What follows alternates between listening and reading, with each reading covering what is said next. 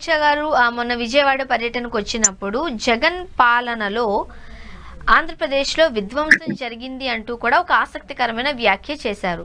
ఇక్కడ రెండు కోణాల్లో ఏపీ ప్రజలు ప్రశ్నిస్తున్నారు. మరి ఆ టైంలో సెంట్రల్ గవర్నమెంట్లో ఉన్నది మీరే అయినప్పుడు ఆ రోజు మీరు ఎందుకంత సన్నిహితంగా ఉన్నారు, ఆ రోజు మీరు ఎందుకు ప్రశ్నించలేదు అని మీరేమంటారు? మీ వర్షన్ ఏంటి?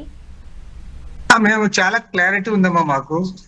జగన్మోహన్ రెడ్డి పరిపాలనలో 4 సంవత్సరాల 9 మాసాల కాలం ఎన్నికల ప్రకటన వచ్చేంత వరకు కూడా కేంద్ర ప్రభుత్వం పూర్తి స్థాయిలో ఆయనకు సహకరించింది. అదే విధంగా జగన్మోహన్ రెడ్డి పార్టీ కూడా వాళ్ళకున్న 33 మంది పార్లమెంట్ సభ్యులందరూ కూడా వారు చాలా స్పష్టంగా అన్ని విషయాల్లో కూడా కేంద్ర ప్రభుత్వానికి సహకరించారు. వారు పరస్పరం సహకారం అందజేసుకున్నారు. అన్ని బిల్లులకు కూడా వైఎస్ఆర్సీపీ పార్లమెంట్ సభ్యులు వారందరూ కూడా మద్దతు ఇచ్చారు. అదేవిధంగా కేంద్రంలో అధికారంలో ఉన్న ప్రభుత్వం కూడా వారు పూర్తి స్థాయిలో జగన్మోహన్ రెడ్డికి అండగా నిలబడ్డారు. పైగా ఆ రోజు ఇవాళ ఎవరైతే మాట్లాడుతున్నారో హోమ్ మినిస్టర్ అమిత్ షా గారు ఆయన గురించి సూటిగా అడుగుతున్నది ఒకటే, ఆ రోజు మీరు ఇండియాలో లేరా, లేకపోతే మీరేమన్నా ఢిల్లీలో లేరా, లేకపోతే మీరేమన్నా గుజరాత్ లో మంత్రిగా ఉన్నారా? మీరు క్లియర్ గా కేంద్రంలో హోమ్ మినిస్టర్ గా ఉన్నారు, మీ దగ్గర సమాచారం అంతా ఉంది. ఇవాళ విధ్వంసం అని ఏదైతే మీరు మాట్లాడుతా ఉన్నారు, మరి ఆ రోజు విధ్వంసం జరుగుతున్నప్పుడు మీరేం గాడిదలు కాశారని అడుగుతాను. నీవు హోమ్ మినిస్టర్ గా ఉండి ఏం చేశావు, ఏం బీకావని కూడా అడుగుతాను. కాబట్టి నువ్వు కేంద్రంలో హోమ్ మినిస్టర్ గా ఉండి ఆ రోజు అన్ని సమాచారం నీ దగ్గర ఉండి ఆ రోజు మంచిగా కౌగిలించుకొని అన్ని రకాలుగా వీళ్ళతో సహకారం తీసుకొని వీళ్ళ పార్లమెంట్ సభ్యులందరూ కూడా అయిన దానికి కాని దానికి మిమ్మల్ని బలపరుస్తా ఉంటే మీరు వారిని బలపరిచి ఇవాళ సిగ్గు లేకుండా జగన్మోహన్ రెడ్డి గారి పరిపాలనలో విధ్వంసం జరిగిందంటే ఎవరిని మోసం చేయడానికి ఈ మాటలు మాట్లాడుతూ ఉన్నారని అడుగుతాను. అది వేరే వాళ్ళు ఎవరైనా మాట్లాడితే దానికి అర్థం ఉంది, కానీ మీరు వారితో పాటు కలిసే ఉన్నారు కదా, వారు కూడా మీతో పాటు కలిసే ఉన్నారు కదా, మీరు సెంట్రల్ లో హోమ్ మినిస్టర్ గానే ఉన్నారు కదా, అన్ని సమాచారం మీ దగ్గర ఉంది కదా. నేను ఒకటే సింపుల్ ఎగ్జాంపుల్ ఒకటే అడుగుతా ఉన్నా. ఆ రోజు 3 రాజధానుల పేరుతో జగన్మోహన్ రెడ్డి గారు డ్రామా నడిపినప్పుడు ఒక్క మాట ఈ అమిత్ షా గాని నరేంద్ర మోడీ గాని 3 రాజధానులు అక్కర్లేదు, అమరావతి రాజధానికి ఆల్రెడీ 10,000 కోట్ల రూపాయలు ఖర్చు పెట్టారు, అందులో 1,500 కోట్ల రూపాయలు కేంద్ర ప్రభుత్వం మేము సహాయం చేశాము, కాబట్టి నువ్వు దాన్ని కొనసాగించని మీరు ఒక్క మాట చెప్పాలా? తర్వాత లా అండ్ ఆర్డర్ విషయం మీకు తెలియదా? మీరు ఈ రోజు చెప్తా ఉన్నారు, ఆ రోజు ఎంపీని తీసుకొని పోయి కొట్టి లోపలేస్తే ఆ రోజు ఏం మాట్లాడావు నువ్వు? ఆ ఎంపీ గారు వచ్చి అక్కడ స్పీకర్ గారికి రిప్రజెంట్ చేశారు, ఆ ఎంపీ గారు వచ్చి ప్రైమ్ మినిస్టర్ రిప్రజెంట్ చేశారు, అదే ఎంపీ గారు వచ్చి నీ దగ్గరకు వచ్చి హోమ్ మినిస్టర్ గా ఉన్నప్పుడు మీ దగ్గర రిప్రజెంట్ చేశారు. మీరు ఆయనకి సెక్యూరిటీ ఇచ్చారు, కానీ ఆయన కనీసం రాష్ట్రానికి కూడా వచ్చి తిరగలేకపోయాడు. అప్పుడు హోమ్ మినిస్టర్ ఏం మాట్లాడలే, అమిత్ షా గారికి అప్పుడు కళ్ళు కనపడలే. కానీ ఇవాళ ఏదో మేల్కొన్న మాదిరి ఇంతవరకు నిద్ర నటించి, అంటే ఏ ఎండకు ఆ గొడుగు పట్టడం తప్ప మరొకటి కానే కాదు. చాలా స్పష్టంగా చెప్తా ఉన్నాం. ఇవాళ నేను గ్యారంటీ చెప్తా, ఒకవేళ జగన్మోహన్ రెడ్డి హయాంలో మంచి జరిగినా చెడు జరిగినా అందులో కేంద్రంలో అధికారంలో ఉన్న బీజేపీ పాలకుల పాత్ర ఉంది. కాబట్టి ఆ రోజు ఏదైతే విధ్వంసం జరిగిందంటే విధ్వంసం జరగడానికి జగన్మోహన్ రెడ్డి ఒక్కడే కారకుడు కాదు, అందులో బీజేపీ కూడా కారణమే. మీ యొక్క సహకారంతోనే అవన్నీ జరిగినాయి.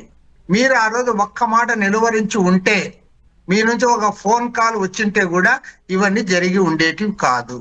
కాబట్టి నేను క్లియర్ గా చెప్తా ఉన్నా, ఇవాళ మోసపు మాటలు మాట్లాడుతా ఉన్నాడు కేంద్ర హోంమంత్రి అమిత్ షా.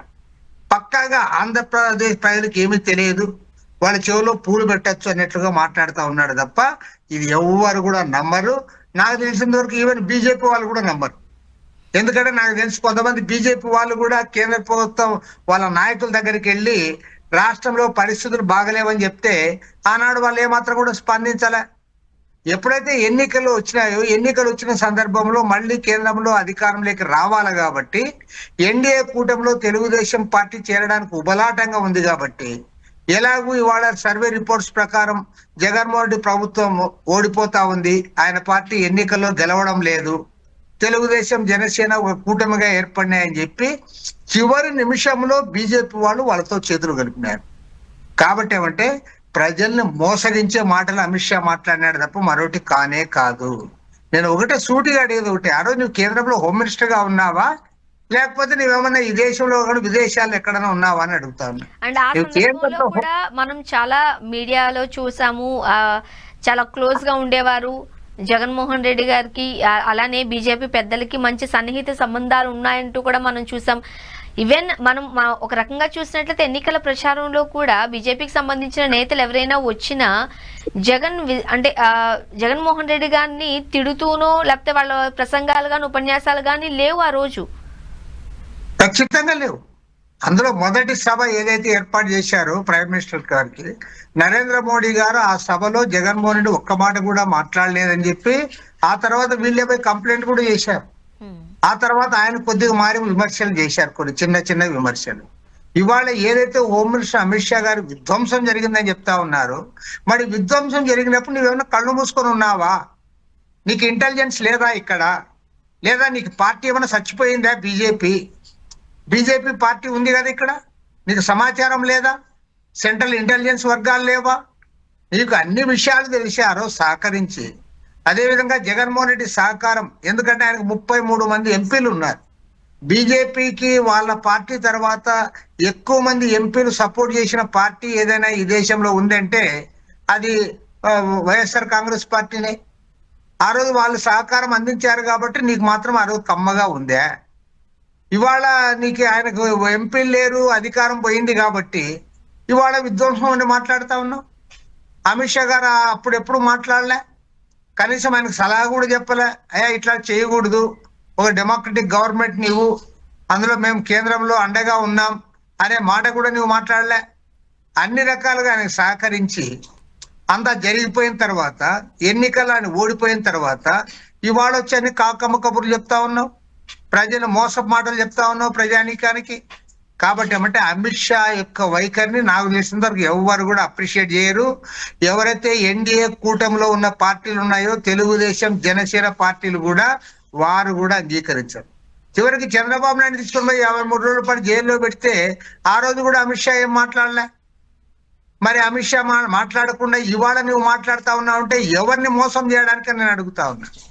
కనీసం ఆ స్టేజ్ లో నీ పక్కన కూర్చున్న వాళ్ళన్నా నమ్మాలి కదా నువ్వు చెప్పే మాటలు. మేము నమ్మకపోతే మళ్ళీ మేము ఎట్లా నమ్మము? నువ్వు ఎందుకంటే నువ్వు మోసగాడని మాకు తెలుసు, నువ్వు అవాస్తవాలు మాట్లాడుతా ఉన్నాడు మాకు తెలుసు. కానీ నీ పక్కన కూర్చున్న వాళ్ళు పవన్ కళ్యాణ్ నమ్మాలి, కనీసం చంద్రబాబు నాయుడు అన్న నమ్మాలి నువ్వు చెప్పే మాటలు. అరే విధ్వంసం అని నీవే మాట్లాడుతున్నావు అంటే నీకు అన్ని తెలిసి ఉండి కూడా నువ్వు ఎందుకు సపోర్ట్ చేశామని మేము అడుగుతా ఉన్నాం. కాబట్టి ఏమంటే పక్క అవకాశవాదం తప్ప మరొకటి కానే కాదు. తాము కేంద్రంలో అధికారంలో ఉండడానికి ఎవరి సహకారం అని తీసుకుంటారు, వాళ్ళ పార్టీకి అండగా ఎవరైతే ఉంటారో వాళ్ళందరూ కూడా పుణ్యాత్ములు, ఎవరైతే వాళ్ళని వ్యతిరేకిస్తారో వాళ్ళందరూ పాపాత్ములు, వాళ్ళంతా అవినీతి పరులు, వాళ్ళ దేశభక్తులు కాదు. కాబట్టి ఏమంటే ఇవాళ బీజేపీ ఒక స్టాండ్ తీసుకుంది. కేంద్రంలో వారి అధికారాన్ని సుస్థిరం చేసుకోవడం కోసం, తమ అధికారాన్ని నిలబెట్టుకోవడం కోసం, తమ అధికారాన్ని కొనసాగించుకోవడం కోసం ఎవరైతే వాళ్ళకు అండగా ఉంటారో వాళ్ళ సహకారం కోసం ఏమైనా మాట్లాడతారు. ఎవరైతే వారిని వ్యతిరేకిస్తారో వారిని అన్ని రకాలుగా హింసిస్తారు, బ్లాక్మెయిల్ చేస్తారు, అవసరమైతే కేసులు పెడతారు, జైళ్లలో పెడతారు. దానికి ఉదాహరణ జార్ఖండ్ ముఖ్యమంత్రి తీసుకుపోయి జైల్లో పెట్టారు, ఢిల్లీ ముఖ్యమంత్రి తీసుకొని జైల్లో పెట్టారు, ఢిల్లీ ఉప ముఖ్యమంత్రి మనీష్ సిసోడియాని తీసుకొని పోయి జైల్లో పెట్టారు 1 సంవత్సర కాలము. కాబట్టి ఏమంటే ఎవరైతే వారికి వ్యతిరేకంగా మాట్లాడతారో, ఎవరైతే వారికి రాజకీయంగా వారిని ఎదుర్కొంటారో వాళ్ళపైన అక్రమంగా కేసులు బనాయించి వ్యవస్థను ఉసుగొల్పి, అది central bureau of investigation CBI కానీ, లేదా ఎన్ఫోర్స్మెంట్ డైరెక్టరేట్ కానీ, లేదా ఇన్కమ్ ట్యాక్స్ డిపార్ట్మెంట్లు కానీ అన్నిటి కూడా ఉపయోగించుకొని వాళ్ళ వ్యవస్థలను విధ్వంసం చేసి ప్రతిపక్షాల పైన కక్ష కట్టి వ్యవహరిస్తా ఉన్నారు. ఇవాళ అమిత్ షా ఏదైతే మన విజయవాడకు వచ్చాడు మాట్లాడినాడో అది ఆంధ్రదేశ ప్రజలు ఎవ్వరు కూడా వారు నమ్మరు. ఈ మోసగాడు అనేది కూడా అందరూ కూడా అర్థం చేసుకున్నారు. ఎందుకంటే పక్కాగా అందరికి తెలుసు. ఇవాళ నువ్వు హోమ్ మినిస్టర్ గా ఆ రోజు నువ్వు లేకపోతే మాట్లాడొచ్చు, కానీ ఇవాళ ఉండి మాట్లాడుతా ఉన్నావు.